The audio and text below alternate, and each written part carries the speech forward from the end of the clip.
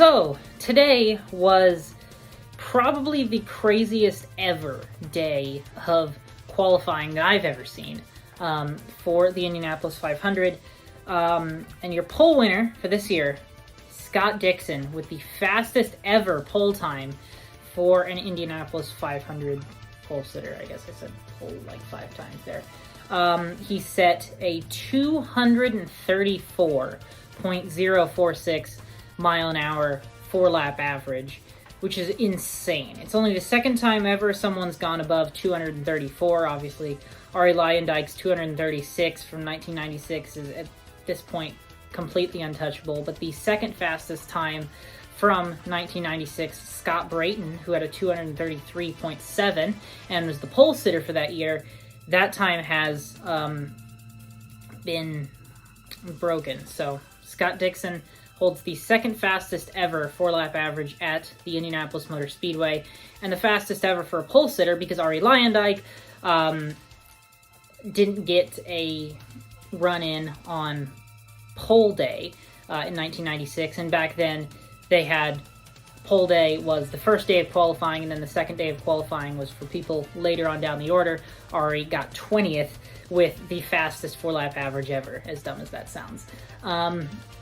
But yeah, so we're going to go ahead and look at the craziness that happened today at the Indianapolis Motor Speedway. And the first thing I'm going to talk about was the first round of qualifying, because for the first time ever at Indianapolis, we've had 2 rounds of pole day qualifying. The first one being the Fast 12, so the fastest 12 4-lap averages from yesterday. We had those drivers come out and set times, I guess. So, looking at those times, I'm going to go in reverse order from slowest up to, I guess, fastest. 12th was Jimmie Johnson with a 231.264. Now, he's not there on pure pace. He had a big moment in turn 1 on the first lap of his qualifying attempt and was lucky not to hit the wall and was lucky not to spin trying to save the car. I've got the replay up here. The fact that Jimmie saved this car is quite honestly insane, especially considering that he's very new to IndyCar. Jimmie is an amazing save from Jimmie, and honestly, 12th place doesn't do it justice because the rest of that run was actually pretty good. He would have, I'm not entirely sure if he would have been in the Fast 12, obviously, in the Fast 6, obviously we'll never know because, you know, we don't know what that first lap would have been, but he would have been close. Just the first lap being super slow from almost crashing killed the run. So Jimmie is P12. P11 was Will Power, staying the same as where he was yesterday, but falling behind Takuma Sato, as we'll talk about in a second. Will Power was 11th with a 231.534.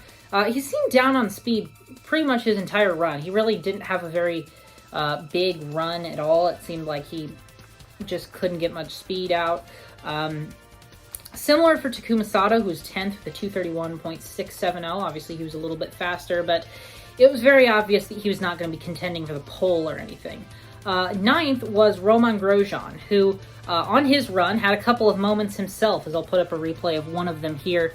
Romain almost hit the wall a couple of times, which was quite interesting to see, but he was 9th, which is exactly where he was yesterday, with a 232.201 mile an hour run, which is good for Romain, obviously in his rookie year. P9 on the grid isn't that bad. 8th, Felix Rosenqvist with a 232.185, which is another thing I'm going to talk about here is Mclaren really did not do well today. They were 7th and 8th, Pato 7th and Felix 8th. Obviously falling from 2nd and 3rd yesterday. They had extremely favorable conditions on their run yesterday compared to the same conditions as everyone else on their run today. But even Pato was almost a mile an hour slower than Rinus on average. So it's very odd to see that big of a difference. Clearly, either Carpenter figured out something with their setup, or more likely, Mclaren had some issues probably adjusting to the conditions that we had today. So 232.185 P8 for Felix, and as I said earlier, P7 for Pato Award with a 232.705. That's 5/10 faster than his teammate. There was still a big gap there, oddly enough. Yesterday they were pretty close, and the only major difference was that Felix had a lap that was a lot slower from hitting the rev limiter. Other than that, they would have been almost dead even. Pato was a lot faster than Felix today, which is another odd thing to see. Moving on into the Fast 6, and this is the Fast 12 times for the Fast 6 drivers, which I'll just name off here. Sixth place was Tony Canon with a 2:33.022. They were actually lucky to get out because they were having electrical issues from the practice in the morning, and from even before that, they couldn't get the ECU to work, they couldn't get the steering wheel to boot up properly, so they were actually lucky to get out, and they made the Fast 6, which was really cool to see, considering they had said that they were literally minutes from missing tech inspection, trying to switch out all the electronic components, which is really cool to see that that car was able to get out and put up some fast times. Fifth, Ed Carpenter with a 2:33.073. His Fast 12 run, he said, wasn't exactly great compared to what he was wanting. Apparently he had a lap where he had messed up in some way and slowed him off a bit, but again, he made the Fast 6, which was really all that matters. I guess in this circumstance, obviously Fast 12. Fourth, Marcus Erickson with a 2:33.166. Third, Alex Paulo with a 2:33.347. Second, Rinus VeeKay with a 2:33.429. And first, coming all the way from P10, Scott Dixon with a 233.510 mile an hour run, which in itself was crazy. That's almost as fast as Rinus ran yesterday with much better conditions. At the time, it was not even great conditions for a run, especially considering Scott went out third out of everyone in the Fast 12. So he put up an extremely big time, which meant that he would go last out of all the cars in the Fast 6. So he had all the way from 10th, so third car to go in the Fast 12, all the way to last car to go in the Fast 6, which means that he had all of his teammates' runs in between him to get advice from. So obviously, I'm sure that's really helpful for Scott. They got time to cool the engine down, they got time to get advice from the teammates, and I'm sure that all worked out pretty well. So the Fast 6 drivers, Canon, Carpenter, Erickson, Paulo, VeeKay, and Dixon, went out in reverse order. Now moving on to the Fast 6, trying to figure out this on my iPad here. Tony Canon went out first and was a little bit slower than everyone else. Looked like the times in general, not everyone, but in general, were a little bit slower than what we had seen in the Fast 12. Canon went out and ran a 2:32.372, which was, I mean, he had ran like 2:33 flat almost. Yeah, 2:33 flat in his Fast 12 run, so it was odd to see him that much slower in the Fast 6. Fifth was Marcus Erickson with a 2:33.764, again, similar drop-off. Carpenter was fourth with a 2:33.080. Now, Carpenter obviously had a similar time. My guess is the drop-off combined with the fact that he didn't have whatever issue he was having in the Fast 12, pretty much dead even on times. Rinus VeeKay fell all the way down to third with a 233.385. Now, he seemed pretty happy with the run on the radio, so I'm sure this is the second year in a row for Rinus on the front row, so I'm sure he won't complain about that, but it was interesting to see that he seemed to lose a bit. I believe, I can check here, I believe that was his slowest run of the entire weekend in the Fast 6. Second was actually quite a surprise, moving up from third to second with a really big run compared to his Fast 12 run.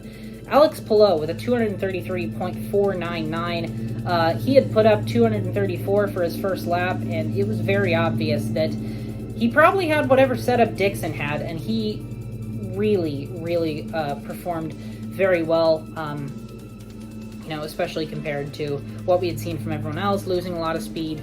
Paulo, and as we'll talk about in a second, Scott Dixon, really were able to keep up with what they had put up before, and it's Ganassi won too. And now, the big story of the day, Scott Dixon with a 234.046 mile an hour run. As I had said from before, that's the fastest pull run in Indy 500 history. beating out Scott Brayton's run from 1996 of a 233.7. So, you know, it's insane. His first lap, he hit 234.4, and it was very obvious if he could keep that up, he was going to be way fast. Second lap, he again had in the 234s, a 234.162, which if you have 2 laps in the 234s, again, very obvious, you're putting up a ginormous time. Third lap was a 233.859, and a fourth lap at a 233.726. And what I think is insane is that Scott Dixon, in this run, had 4 laps all faster than anyone else's 4-lap averages by quite a decent amount. His slowest lap, 4th lap, at a 233.726, and Paulo's 4-lap average was a 233.499, which is absolutely insane. Scott Dixon blew everyone away today, and he 100% deserved it. This is his 2nd pole in a row and 5th pole all-time in the Indianapolis 500. I have no words for how that run went. It was just crazy to watch. I mean, by lap 3, once the second lap speed had come in, literally everyone at the track, they were showing camera views of all types of different people, Paulo, Carpenter, VK, and, you know, Scott Dixon's wife or whatever.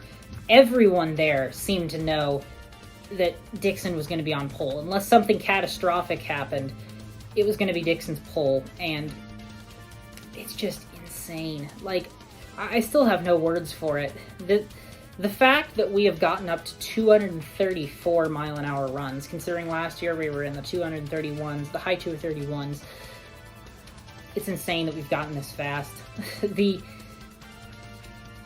don't know. I can't even comprehend, like, what all this means. It's just insane how fast these guys are. So Scott Dixon, the king of poles at Indianapolis, I guess, at this point, especially in recent times, is back on pole at the Indianapolis 500 with a 234.046. So that's the 2nd fastest run of all time, as I've said before. Scott's insane. He really is. Yeah, I mean, he's won so many championships, so many 500 poles. I don't know. It's easy to say that this is going to be the year, but I mean, this is going to be the year Dixon wins his 2nd. Obviously, this has happened in the past, and that hasn't come to fruition, but I don't know. I guess you can't judge anything off qualifying speeds, and he hasn't exactly had the greatest week so far, so really we'll get a judge Monday and Friday of what Dixon's race pace looks like, and then we'll really start to get a judge of who's going to be competitive for a win. It's just insane to see what Dixon's done. He's far and away just the best guy in 500 qualifying. Seems like every year he's up there in the top 3, and again, he's done it this year. So, Scott Dixon is your pole sitter, and that's insane. Running down the rest of the order, you've got, as I'd said before, Paulo at a 233.499, 3rd, VK at a 233.385, 4th was Ed Carpenter at a 233.080, 5th was Marcus Erickson at a 232.764. 6th is Tony Canon at a 232.372. Moving back on into the fast 12 times, 7th was Paulo Ward with a 232.705. 8th, his teammate Felix Rosenqvist with a 232.185. 9th, Roman Grosjean with a 232.201. 10th, Takuma Sato with a 231.670. 11th, Will Power with a 231.534. And 12th, Jimmy Johnson with a 231.264 after an amazing save. So, that is about all I have for today. I'm stunned, honestly, with how good Dixon's done. It's crazy. So, I'll have a video out tomorrow for the first full race practice. Obviously, no one's going to be focusing on qualifying anymore. So, I'll have the first video out tomorrow for Monday's practice with full race running, which is really where we'll start to get a judge of who can go out and win this thing. So that's about all I have for today. Thank you guys all so much for watching. I'll see you all Monday. Bye.